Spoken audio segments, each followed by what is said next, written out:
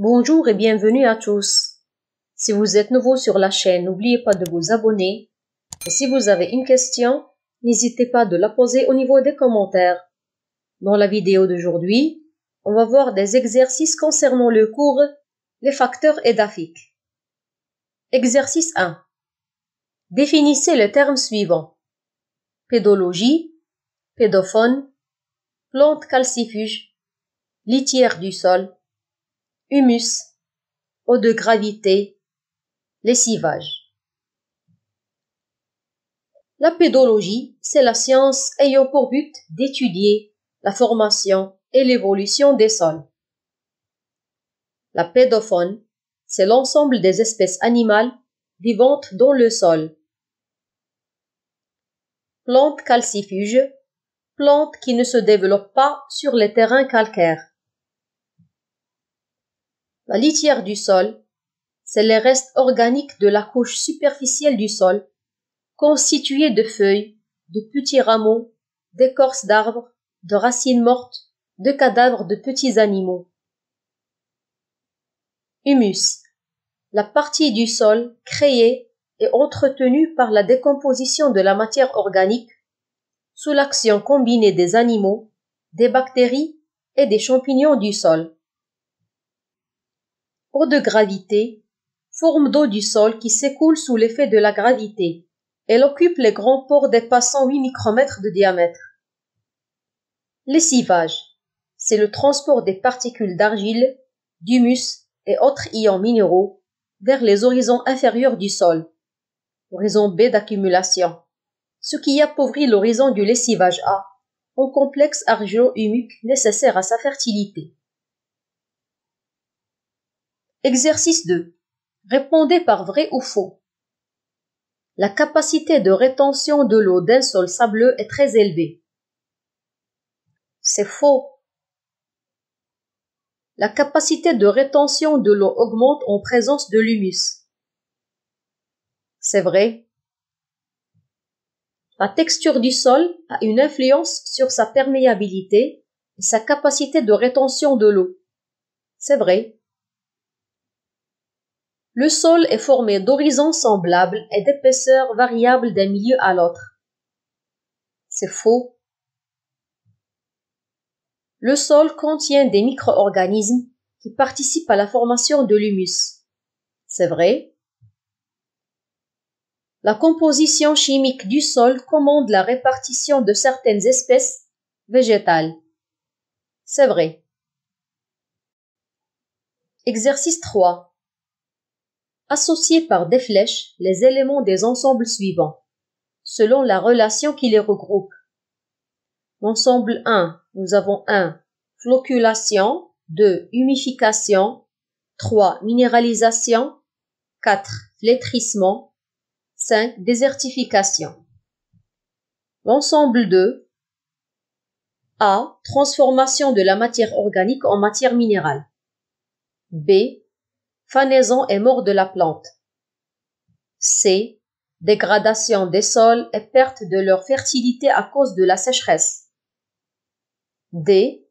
Formation d'agrégats cimentés de colloïdes et de particules solides du sol. E. Transformation de la matière organique, surtout d'origine végétale, en humus.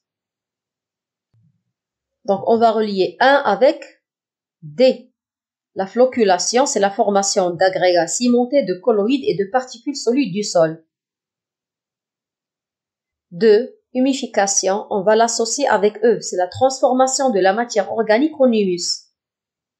3 avec A, la minéralisation et la transformation de la matière organique en matière minérale. 4. Flétrissement avec B, c'est la fanaison et mort de la plante. Et 5. La désertification, c'est la dégradation des sols et perte de leur fertilité à cause de la sécheresse. Exercice 4. Répondez aux questions en choisissant la bonne réponse. La texture du sol. A. Représente la manière par laquelle sont associées les particules du sol. B. Représente la composition chimique des constituants du sol. C. tient compte du granoclassement des particules du sol selon un diagramme textural. D ne peut pas déterminer sa capacité de rétention de l'eau. Donc la bonne réponse est C. La texture du sol tient compte du granoclassement des particules du sol selon un diagramme textural. Le chêne-liège est une espèce de plante A. Endémique au Maroc, B. Indifférente de la nature du sol, C. Calcicole ou D. Calcifuge. La bonne réponse est D. Le chêne-liège est une espèce de plante calcifuge. Le biotope est A. Le lieu où vit la biocénose d'un écosystème, B. La faune et la flore d'un écosystème, C. L'ensemble des individus de la même espèce animale ou végétale, ou D. L'ensemble des facteurs abiotiques. La bonne réponse est A. Le biotope est le lieu où vit la biocénose d'un écosystème. L'écosystème est formé de A. Uniquement du biotope, B. Uniquement de la biocénose, C. Biotope et de biocénose sans aucune relation entre eux, D. De biotope et de biocénose avec les interactions entre eux. Donc la bonne réponse est D. L'écosystème est formé de biotope et de biocénose avec les interactions entre eux. Exercice 5. Répondez brièvement aux questions suivantes. Première question. Identifiez 3 facteurs responsables de l'érosion du sol et son transport. Deuxième question. Citez des dispositions à prendre pour protéger le sol contre l'érosion. Pour la première question, parmi les facteurs responsables de l'érosion du sol et son transport, on cite les 3 facteurs suivants. La déforestation, l'action du vent et de l'eau agissant sur les horizons superficiels du sol qui perdent leurs éléments les plus fins et l'humus, et les fortes pentes. Pour la deuxième question, parmi les dispositions à prendre pour protéger le sol contre l'érosion, on cite maintenir la couverture végétale et son renouvellement, encourager le reboisement surtout dans les régions montagneuses, cultiver les terres de forte pente et utiliser des brise-vents en plantant des arbres.